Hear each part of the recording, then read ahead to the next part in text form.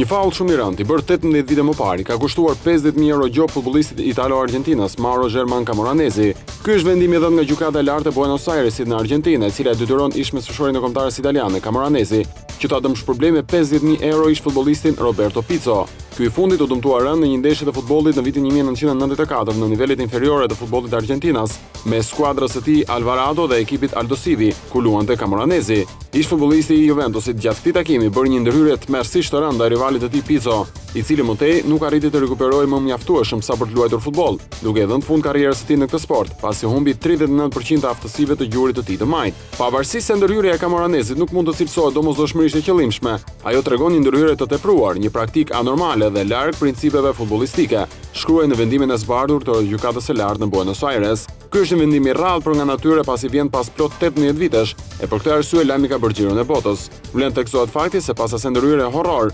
Camoranesi pati një karrierë të suksesshme duke luajtur me Juventusin në më shumë se 200 takime, e duke fituar Kupën e Botës në 2006 me kombëtaren italiane.